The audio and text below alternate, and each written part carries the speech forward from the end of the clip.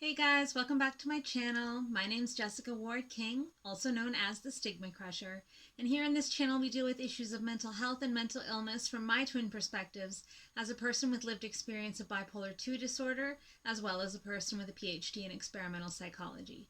Sound like your jam? You're more than welcome here. Please remember to hit like and subscribe, and if you'd like to be notified each and every week when I post, hit that notifications bell as well. Remember to share widely and comment. I will always respond to your comments. And with that, let's start stigma crushing for this week. Family. Can't live with them? Can't live without them? Does that sound like you? I think a lot of people that are struggling with mental health issues or mental illness have a bit of a fraught relationship with their family. And there can be so many reasons for that. And it can have such wide ranging consequences. One thing that I often say is that family is really invested in mental illness of a family member. And there are a variety of reasons for this. One of them being that when a young person is diagnosed with a mental illness, one of the first questions that jumps to everyone's mind is, well, what kind of genetics are at play here? What was the rest of the family like? What kind of illnesses are prevalent in that family? Couldn't they see it coming? Another question that often gets asked is, oh, well, what was their upbringing like? Were they abused as a child? Did they have a difficult parent? Did they have difficulty in their life? Why couldn't the parents do something about this before it got so serious? So parents in particular have quite a lot invested in a diagnosis of mental illness. They also might have the sensation that somehow this is indeed their fault, that they should have seen it coming, that they could have done something better. Quite often parents really do just want the best for their children, and when mental illness strikes and the child's life is thrown into disarray, the parents do feel a certain amount of responsibility for that. And one thing that I have learned as I have become a mother is that, well, in fact, there is a lot invested in this process, and that parents really aren't to blame for a child's mental illness, even if there are genetics at play, even if there were traumatic experiences in the upbringing or a difficult upbringing experience. There's no blame to be found here in terms of the parents and a child's upbringing. Really, what's more constructive is just to figure out, for the person that's living with the mental illness, to be able to figure out, where does this all come from, how does it all fit together, and then how can we move forward. So I know for myself, I spent time in therapy trying to figure out what was the genesis of my disorder. Where does it come from? And that's important. It's important to a person living with mental illness. It can sound like a blame game, but it's really important that it not turn into a blame game. It really is just a matter of figuring out where and how in your life these things fit together so that you can figure out a way forward. I know with myself, I figured out that quite early on, I really had the need, the strong desire, the desperation to be perfect. And certainly there was encouragement of that trait from my family. My family wanted me to excel. I was able to excel in academics, for example, and they encouraged me to excel. And one might say, oh, well, does that mean that they were forcing you to be perfect? I don't think that that's the case. I think more that I just wanted to know, how did that come to be? How did that come to pass? What were the kinds of patterns that I did learn as a child through my family and through other aspects of my childhood as well, that reinforced that pattern, and how could I break out of that pattern? So while to a parent that might sound like I was looking for blame, I wasn't. I was really just looking for the narrative, the story, and how I could break out of that narrative. Now, the other thing about families is that in terms of how much they have invested in a person, is that they knew you quite often before. So we know that a lot of mental illnesses are first diagnosed in young people, so adolescents and young adults. But there's this idea that there was a before time, so sometime during childhood, when mental illness wasn't present, and then all of a sudden it hits. And so there's this idea that before you were ill, they knew you. And now that you're ill, they know you, and somehow something has changed.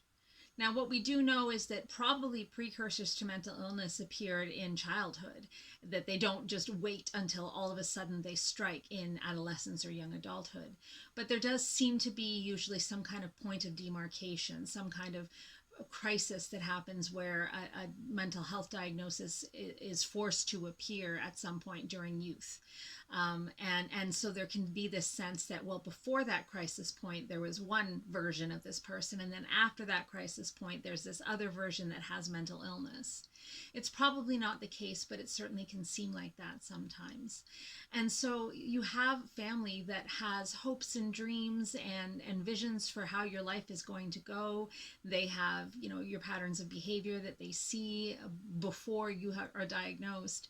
And then all of that seems to be called into question, or in some cases, quite dramatically shattered when a diagnosis of mental illness is brought upon the person in young adulthood or in adolescence. And so the family can often, their narrative is that they saw this all come crashing down for a person. I know in my own life, in my own experience, I was on track to be, a professor of psychology at some kind of prestigious university. And when my mental illness hit me in adolescence, and then it got worse and worse in young adulthood, those dreams had to be revised, basically. The publisher-parish environment of academia doesn't suit me and with my mental illness at all. And so that dream that I had long worked towards was all of a sudden, it seemed, shattered. And my family experienced this. They saw my dreams have to be revised. They saw all of the things that I had vied to achieve kind of come out of my reach as I was diagnosed with mental illness. And so they have this narrative where there was the before, and now there's this aftermath of diagnosis with mental illness. And it can almost seem like it's the mental illness's fault. It's that diagnosis fault. And that somehow, if you weren't diagnosed, then this wouldn't be happening. Now, of course, we know that the diagnosis doesn't make it happen. And in fact, it was happening before the diagnosis. That's why you got diagnosed in the first place, right? Because something was happening. There was some kind of drama or trauma or impediment to your life that caused you to be diagnosed. But family quite often experiences it quite differently. I know also with family, there can be that sense of, oh no, who's it going to afflict next? So if there is a genetic component, and if there are younger siblings, or if there are nieces, nephews, if there are children, grandchildren involved in the family, there could be the fear that this kind of mental illness is going to afflict someone else. And so this now constantly hypervigilant watching of younger family members for, is this going to affect them in the same way as it's affected this family member? And so there can be fear there as well. So we go with family members from blame to fear to a sense of loss and a sense of grief. And family members really do often have to grieve the person that they thought you were going to be before you were struck down with mental illness, if I can put it that dramatically. They have to grieve the person, the life that they thought you might have. And quite often they don't do that work. And so there's a cycle of that fear, that blame, that grief that doesn't get worked through. And so when a family member is diagnosed with mental illness and something, quite dramatic happens, it's worthwhile for family members that are feeling that grief and that anger and that loss and that pain and that blame to work through it, potentially even with, a counselor, grief counseling, or simply just talking to someone who's outside of the situation, who can help bring some perspective to the situation and help family members work through and move through this very, very serious and very life-changing diagnosis, this experience and this event that's happened in their lives and the lives of their loved ones. It's very much just like any other illness. You might have to cope with the grief and loss that come with a diagnosis of cancer, for example. Someone that has found out that they are unable to conceive children, that that all those dreams that they had and that you had for them might now have to be revised. It doesn't mean that their life is over by any stretch of the imagination, and it doesn't mean that is your fault. It simply means that you have to work through and and get to the other side of that grief and that loss that you might feel over that person's, the life that you had imagined for them. Family can also be very fraught, and sometimes there are very difficult patterns that are happening that may indeed contribute to an experience of mental illness in someone's life. So I was very fortunate. I had a family that was supportive, and while there certainly were patterns of behavior there that I had to work through and continue to work through, I had very loving and supportive family members. That's not the case for everyone. Some people have very, very fraught relationships with their families that do contribute to their mental illness, and they have to work through those. And sometimes there is blame to be assigned. I'm not going to pretend that's always the case, that it's not a blame game. Sometimes there is some kind of need for explanation, and potentially even a need for forgiveness to be had. And that can really complicate matters for people that are living with mental illness. Family can be a very reinforcing, very supportive structure, but they can also be a very damaging, very difficult to manage structure. But we all have families. For better or for worse, we've all got them, and they do contribute to our experience of mental health and mental illness. And then for the person living with mental illness, there's also, if they have an ongoing family, so if they have a partner, if they have children, if they have nieces or nephews, or in-laws with which they have close relationships, how does that mental illness express itself in those relationships? There's often a stated or unstated desire not to repeat some of those more damaging patterns. I know in my own life, I don't want to repeat that need for perfection. I don't want my son to have that need for perfection. I don't want to feed that down to him, because I know that it hasn't been helpful for me. But how to do that, how to make sure not to repeat the patterns of the past. We know that the best predictor of future behavior is past behavior, and so if we grew up with certain patterns, you have to actually put the work into not repeating those patterns ongoing with family as your life goes on. And that can be really difficult when you're also trying to deal with your mental health and mental illness and trying to live your best life in the best way that you can. You may be trying to deal with grief from your own experience of mental illness and your own life dreams that you have seen shattered. And it can be really difficult to do all the work all the time and make sure that you don't continue those more destructive patterns. So family and mental illness, it can be fraught. There is also a great deal of stigma that can be transmitted down through family members. It's like self-stigma, only a little bit maybe arm's length, in terms of family members that don't want to acknowledge mental illness. They don't want to talk about mental illness because of the fear, blame, shame game. And that's the stigma, right? As soon as you have fear and shame, that means you've got stigma there.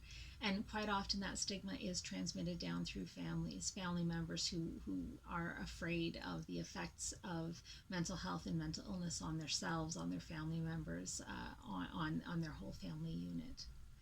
So families, if you are one of those folks that is struggling with family dynamics because of your mental illness, and let's face it, that's a lot of those of us that are struggling with mental illness, I see you. I hear how difficult it is. It can be very difficult for family members as well. Try to have some empathy.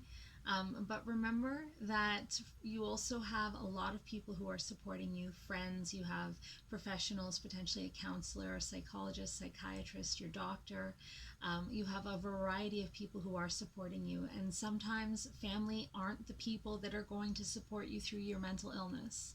Sometimes they're the people that are going to be there for other things, but not for your mental illness.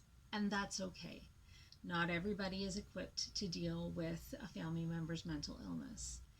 It can be difficult, but I've found that just working through it with a party that is, arm's length from the situation, so a professional counselor, or psychologist, or psychiatrist, can be one of the most helpful things that you can do in order to gain your own sanity back when it comes to family members. And sometimes a bit of an arm's length approach with family members is appropriate as well. Sometimes when you're working through something particularly difficult, it's not in your best interest to be right next to family members that are highly stigmatizing, that have so much grief and unspoken shame and anger. And that's okay too. It's okay to step away from family situations when you're struggling, when you aren't able to deal with them. That's okay. So that's all I wanted to say this week.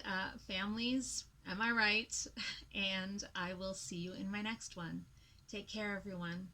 Bye. StigmaCrusher.